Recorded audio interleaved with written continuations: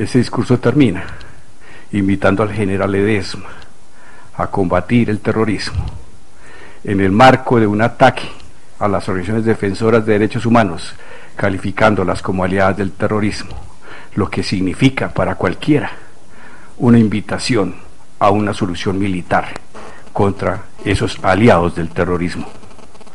He puesto este discurso porque las organizaciones defensoras de derechos humanos llevábamos más de un año pidiéndole al señor presidente que se pronunciara sobre lo que él pensaba de las organizaciones de derechos humanos. Y es en ese discurso del 8 de septiembre cuando públicamente se supo qué pensaba el presidente de las organizaciones de derechos humanos. En el transcurso de mi presentación podrá usted ir entendiendo, señor juez, por qué quiero yo contextualizar estos hechos en el marco de la persecución y de las reiteradas opiniones descalificatorias por parte del presidente de la República contra las organizaciones defensoras de derechos humanos. Este necesario contexto que debe ser tenido presente sobre el análisis de la persecución desatada por el DAS contra las organizaciones de derechos humanos, periodistas independientes, sindicalistas, opositores políticos, magistrados y en general contra organizaciones y personas consideradas por ellos de tendencia opositora al gobierno nacional. Todos considerados como terroristas, aliados de la guerrilla por parte del presidente Álvaro Uribe Vélez. Igual calificativo merecieron congresistas, igual calificativo magistrados de altas cortes, particularmente de la Corte Suprema de Justicia, igual calificativo a periodistas, igual calificativo a organizaciones defensoras de derechos humanos e igual calificativo a todo aquel que hacía una crítica a cualquiera de sus políticas. Fue un clima de persecución generalizada y sistemática del gobierno de Álvaro Uribe Vélez contra estas personas y organizaciones. En el discurso presidencial que usted acaba de escuchar, señor presidente de esta audiencia, queda clara la postura política del presidente entonces y la calificación de terroristas a las ONGs. Allí quedó clara la fobia crónica, no solamente a las organizaciones defensoras de derechos humanos, sino al tema de los derechos humanos en sí mismo, como lo seguiré mostrando en el transcurso de mis alegatos.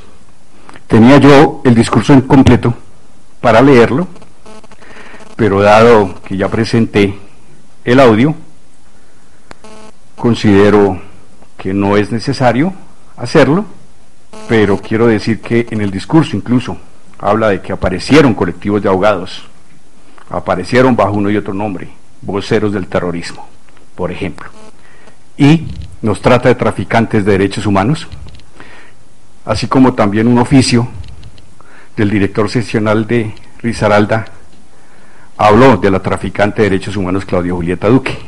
Termina ese discurso así: que los traficantes de los derechos humanos no lo detengan, hablando al general Ledesma que asumía el mando de la FARC. No lo equivoquen, que toda la Fuerza Aérea Colombiana le presta a esta gran nación el servicio de ayuda a que nos liberemos de una vez por todas de esa pesadilla. Un mes después de este grave discurso, documentos internos del DAS dirigidos a Jorge Noguera calificaron a la periodista Claudia Julieta Duque como politiquera y traficante de derechos humanos. Vean usted la consonancia con el discurso presidencial. Fue un oficio que figura en las pruebas, firmado por el hoy procesado Hugo Anay Ortiz. Luego vino el discurso presidencial en Bruselas y Estrasburgo por parte del presidente. El presidente de la República hizo en 2004 un periplo por Europa, en febrero de 2004. Llegó a Bruselas, se reunió con organizaciones internacionales de derechos humanos y allí empezó el ataque al colectivo abogado José Alvear Restrepo, en particular y en concreto. Al día siguiente, eso fue 9 de febrero, al día siguiente, 10 de febrero, ya en la sede del Parlamento de Estrasburgo, Francia, realizó otro discurso. Quien habla estuvo presente, no porque hubiera querido seguir detrás del presidente, sino porque el Parlamento Europeo hizo unas invitaciones, en las que también estaba, por ejemplo, la madre de Ingrid Betancourt, la hija de Ingrid Betancourt, Gloria Cuartas, estuvo también Gustavo Petro y la hoy senadora Gloria Inés Ramírez. Sin embargo, en una reunión con la Comisión de Relaciones Exteriores del Parlamento Europeo, el presidente Uribe se refirió a quien habla como un fantasma que deambula en los pasillos del Parlamento Europeo y que pertenece a una ONG, el colectivo de abogados, que se escuda detrás de su calidad de organización de derechos humanos para defender la guerrilla. Curiosamente también, en la primera foto del paquete de documentos que figuran en el DAS relacionados a Reinaldo Villalba Vargas, aparece junto a su fotografía el nombre El Fantasma. Igual referencia en diferentes momentos o en diferentes folios donde está esa persecución. El discurso que se acaba de escuchar, o el pronunciado en Estrasburgo, no es el único discurso descalificatorio contra las organizaciones de derechos humanos, contra sindicalistas, contra altos magistrados. Fueron numerosos. Y no voy a hacer referencia a ellos por razones de tiempo. Pero lo que podemos concluir de los mismos es, uno, que se evidencia una aversión hacia el tema de los derechos humanos y hacia las organizaciones que los promueven. Más adelante daré ejemplos de cómo es el tema de los derechos humanos los que realmente fueron tan fastidiosos para el pasado gobierno. Pero además se denota un pensamiento abiertamente antidemocrático, contrario a los principios de Estado democrático de derecho y de gran arraigo anticomunista. Es decir, un contenido profundamente ideológico que se denota también fue recogido por el DAS durante los 6 y más años de persecución que lideraron contra los que llamaron de tendencia opositora. Esa carga ideológica es la que se materializa en la más gigantesca operación de persecución jamás desatada por un organismo de inteligencia o por lo menos conocida y otras agencias de inteligencia contra personas y organizaciones, consideradas como una amenaza contra la seguridad nacional y el gobierno por el mero hecho de apartarse o de asumir una actitud crítica frente a las políticas del Ejecutivo. El presidente Uribe, desde el inicio de su gobierno, manifestó como una prioridad de su política de seguridad democrática el fortalecimiento de la inteligencia.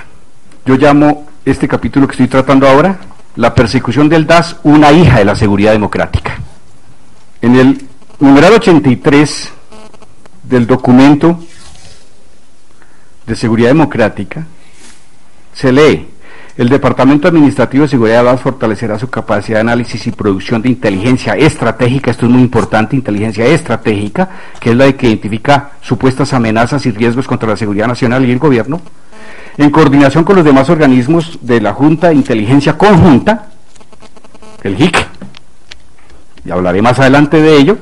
Desarrollará igualmente su capacidad de contrainteligencia, que concentrará no solo en las amenazas que penden sobre el gobierno, sino en todas las que afectan la gobernabilidad democrática, y a nivel táctico concentrará sus esfuerzos en estudiar y desmantelar las estructuras y el apoyo logístico de las organizaciones terroristas y la criminalidad organizada.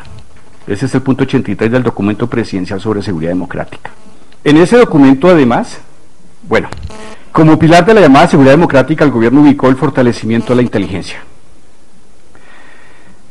Funcionarios vinculados a las investigaciones penales diferentes que se adelantan han reconocido que todas las actividades contra los llamados blancos se llevaron a cabo siguiendo lineamientos de la política de seguridad democrática, que además no solamente la realizó el DAS, sino todas las agencias de inteligencia del Estado recibieron esa directriz para perseguir blancos definidos. Según lo confirmó ante las autoridades uno de los más importantes funcionarios vinculados a esta investigación penal adelantada por la Fiscalía General de la Nación. Carlos Alberto Arzayus manifestó: quiero sumar algo muy importante para esta investigación, el contexto histórico del año 2004. El discurso del presidente Uribe, quien por medios abiertos expresó que al parecer algunas ONGs estaban permeadas o infiltradas por grupos al margen de la ley, inclusive se dijo que podían ser fachadas. Por consiguiente, a pesar de que no he sido un hombre de escuela de inteligencia, ni militar ni policía, entendía e interpretaba como algo lógico, en el marco exclusivamente de inteligencia, no con otro fin, la actividad que lleva a cabo este grupo G3, Quiero sumar algo muy importante para esta investigación: el contexto histórico del año 2004, el discurso del presidente Uribe, quien por medios abiertos expresó que al parecer algunas ONGs estaban permeadas o infiltradas por grupos al margen de la ley, inclusive le dijo que podían ser fachadas. Por consiguiente, a pesar de que no he sido un hombre de escuela o de inteligencia, ni militar ni policía, entendía o interpretaba como algo lógico en el marco exclusivamente de inteligencia, no con otro fin, la actividad que llevaba a cabo este grupo del 13. Por ese año 2004, por mi trabajo en esa subdirección, se refiere a la subdirección de operaciones, me condecoró el presidente de la República porque siempre estuve convencido de que estaba dentro del marco legal. Y agrega, porque es que no fue solamente el DAS para ese momento histórico, a todas las agencias de inteligencia de este país, en acatamiento de las políticas de seguridad democrática, nos pusieron a trabajar esos objetivos. Por su parte, José Miguel Narváez, folio 45 siguientes del cuaderno 4, del 12.495, dijo: el objeto de mi contrato se circunscribió a prestar mis servicios profesionales en la implementación del programa de inteligencia estratégica como subdirector nacional del DAS. Las funciones para dicho cargo están contenidas en el decreto 643/2004. En el ejercicio de las funciones tanto de asesor como subdirector, tuve muy presente el documento oficial de la Presidencia de la República titulado Política de Defensa y Seguridad Democrática. Bueno, tengo en mi alegato aquí escrito otro poco de citas que estoy saltando, y además porque son situaciones que de alguna manera ya han sido referidas en los alegatos que precedieron.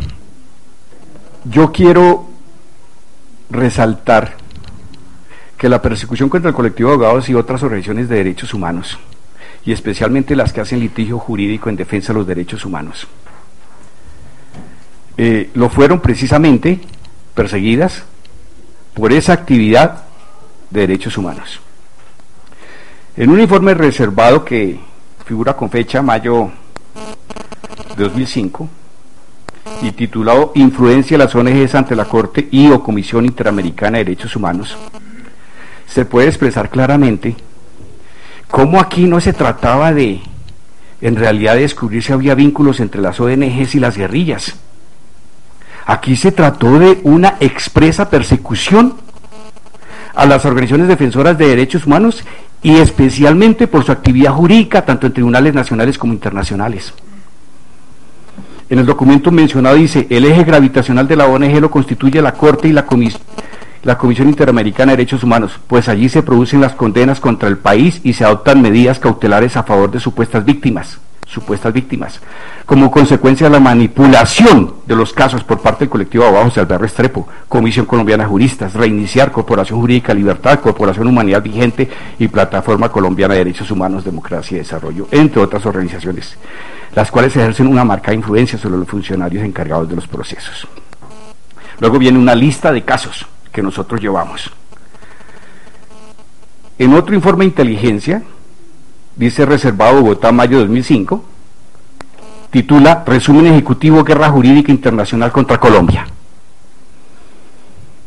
Guerra Jurídica Internacional. La Corte Interamericana de Derechos Humanos, con sede en San José, Costa Rica, y la Comisión Interamericana de Derechos Humanos, con sede en Washington, son escenarios políticos estratégicos utilizados por ONG nacionales e internacionales para buscar el desprestigio del Estado colombiano a través de denuncias de violación a los derechos humanos por parte de organismos de seguridad o negligencia de los gobiernos para atender asuntos sociales.